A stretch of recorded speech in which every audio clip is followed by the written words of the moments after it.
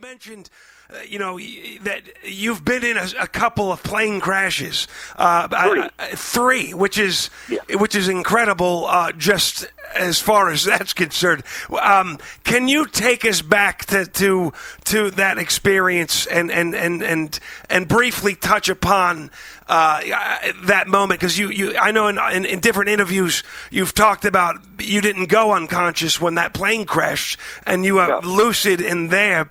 What was your memories getting on that plane and being there? I know it was a large plane, 26 people. Yes, it was built for Eastern Airlines in 1947, and it was a passenger aircraft. We had it fixed up like a tour bus on the inside, and my father was killed in a mid-air plane collision. All my friends were killed in plane crashes. I've been in 3. So, I'm a pilot. My father and I started taking, pilot lessons when I was in the Marines at the same time. And then he was killed in Albuquerque, New Mexico, hit from above and behind by a B-57 weather recon bomber. Gosh. And Dad was in his Cessna 150 flying over some property that he was going to build houses on. He liked to do that. He liked to look at pieces of property from the air. And he was hit from above and behind. He never knew what hit him. He was killed instantly. That kept me from really losing my mind because Dad never suffered. He was doing what he loved, and then he was gone.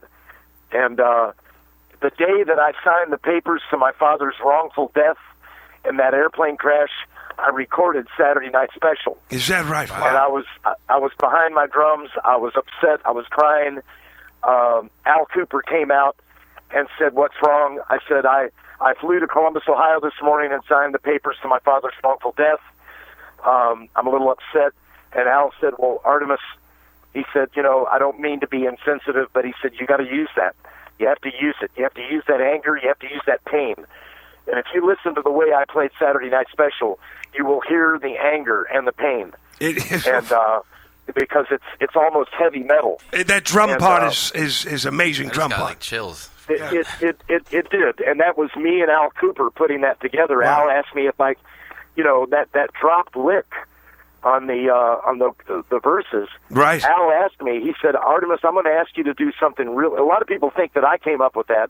I actually didn't. That was Al Cooper, and he asked me. He said, "This sounds impossible, but can you do this?" So I tried it. I did it. I pulled it off, and Al was amazed. And Saturday Night Special, of course, went on that Burt Reynolds movie as he was being chased by the police in the beginning of the movie. It's classic, Right. So it brings us back. We're on the plane. We left Greenville, South Carolina. I found out later that we didn't top off our tanks. You're on an older airplane. You're not supposed to trust the gauges. Right. You're supposed to literally put a stick in your wing tank and visually check your fuel. And the pilot and co-pilot did not do that. They paid the ultimate price. They were both killed, but they relied on the gauges. We ran out of fuel 60 miles before we got to Baton Rouge, Louisiana, our destination. We spiraled in from 9,000 feet. The engines completely went out. We came out of the clouds. We were on top of the tree line, and the landing gear was put down, which I thought was a mistake because they said we were going to try to belly into a field. And as a pilot, I know that if you're going to belly in, you don't put your landing gear down because it trips you. Right.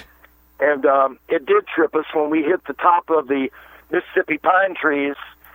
The landing gear got caught, and it put us into a steep 45-degree nose-down dive. Wow. I was never knocked unconscious, and other people were knocked unconscious or killed on impact.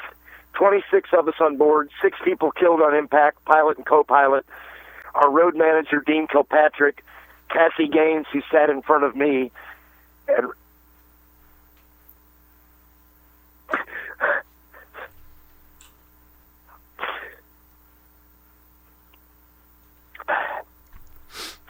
and Ronnie Van Zant and Steve Gaines, right, too. So I got out of the wreckage and, knew that the only thing that was going to help my friends was help. So I made my way to a farmhouse and found Johnny Moat, and then I took all of the rescuers, back to the crash site because they really didn't know where we were. Right. There was no fire, and it was after dark, and somebody had to show them, so I did. And it was your experience with the Marines and with the is that what kind of drove you? I mean, you obviously your friends, everybody in this just incredible scenario. I mean, yeah. I don't know how you must have just gone into a just autopilot and just went for it. Just had to go for help. Oh, I did. I did. And being a Marine Corps sergeant for 4 years, 67 to 71, it definitely helped save some lives, my training from the Marine Corps. Right. I definitely give it up on that because I went into survival mode after I helped a few people at the crash site, and then I realized everybody was bleeding to death, and every second counted. Every second was a drop of blood. So I started putting one foot in front of the other, even with my injuries. I found the pilot and co-pilot. They were both absolutely gone. One was decapitated, so it didn't bother me. It was just flesh and blood. Right. At the time, I realized that their spirits had already ascended. It was just lifeless, and it didn't bother me at that point. And I just put one foot in front of the other and got to the farmhouse. And Johnny Moat, he shot me in the left shoulder. I'm covered in blood and I look like Charles Manson, right? Right.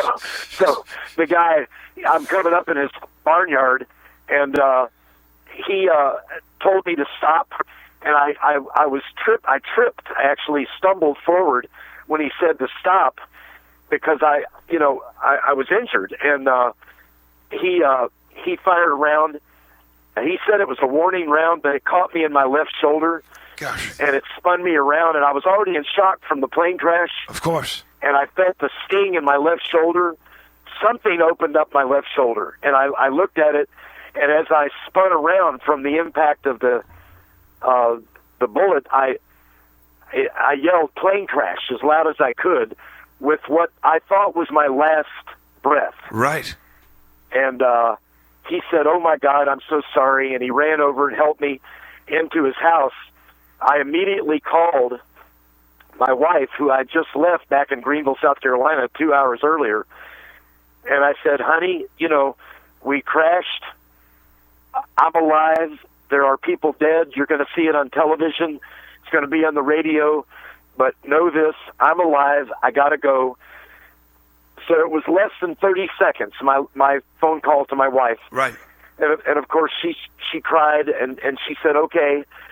And I told her I would call her when I could. And so we went back to the crash site. I led them back, where I had just come out of the woods. And it was important for me to get help back to my friends because every second counted. And it was we had Ronnie knew his destiny, as I told you, and sure. And he was gone. When the doctor came into my room, he asked me. He said, "You've been asking who made it," and he said, "Are you ready?" And I said, "Yeah." And I knew Ronnie. Ronnie was not a surprise. It was very strange, although it was hurtful. But when he told me Steve was gone, that got me. Of course. And I didn't know that Cassie also, even though she was right in front of me, in the seat in front of me, the wreckage split us up.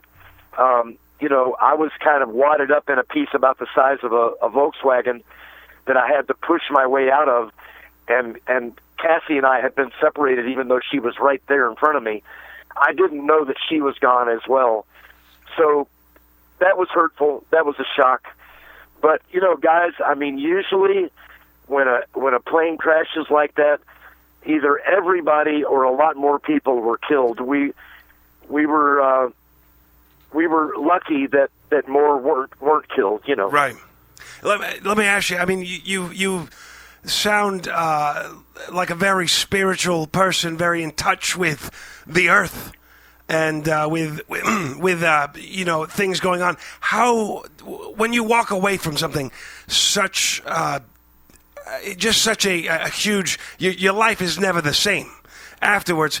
How did you begin to take that first step?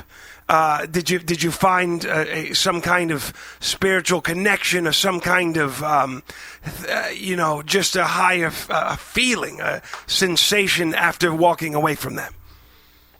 Well, you have what is called survivor's guilt. You're like, why did I live and Ronnie was killed or right. Steve was killed? Why did I live? I went through that. Nowadays, if there's a plane crash, Pete, there are counselors. There's grief counseling. And back in those days, there was no such thing as grief counseling. And a lot of people in the band turned to alcohol and drugs. Right. And, I did too. I drank. There was about a year and a half where I would drink, and then somebody'd have some cocaine, and I'd do some cocaine, and then I could drink again. Right. I could drink some more. Right. And then I learned that the famous joke about the bad thing about cocaine is it keeps drunks awake. It's very true, and, unfortunately. So there was about a year and a half where I was feeling sorry for myself, and I had survivor's guilt and everything. And it eventually, Alan Collins, Billy Powell, Leon Wilkeson, the alcohol and the drugs eventually took their toll with those guys. Right. Even though they survived the plane crash. And so, it was hard. You're on top of the world. You've got the greatest band in the world. And the next thing, the record company, MCA Records, where a week before our plane crash, they were in Miami patting us on the back, telling us how they loved us, how great we were. And then when Ronnie was killed, they completely dropped us and left us for dead.